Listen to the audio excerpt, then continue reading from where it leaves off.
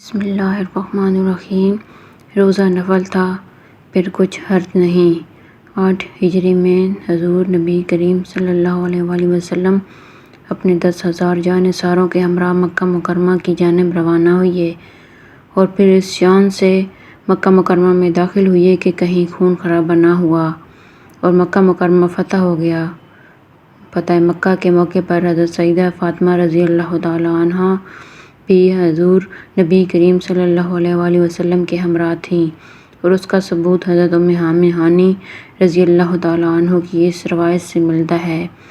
حضرت ام ہانی رضی اللہ تعالیٰ عنہ فرماتی ہیں، فتح مکہ کے بعد حضور نبی کریم صلی اللہ علیہ وآلہ وسلم نے چند روز مکہ مکرمہ میں قیام کیا۔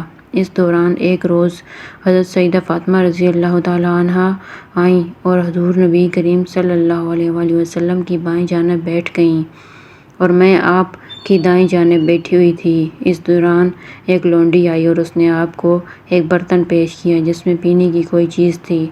آپ نے اس میں سے تھوڑا سا پانی لیا، باقی مجھے دے دیا۔ میں نے وہ پی لیا اور پھر عرض کیا، یا رسول اللہ، میں روزے سے تھی اور میں نے اسے پی لیا۔ آپ صلی اللہ علیہ وآلہ وسلم نے فرمایا، کیا تم نے کوئی قضا روزہ رکھا تھا؟ میں نے کہا نہیں۔ آپ صلی اللہ علیہ وآلہ وسلم نے فرمایا، اگر یہ روزہ نفل تھا تو پھر کچھ حرج نہیں۔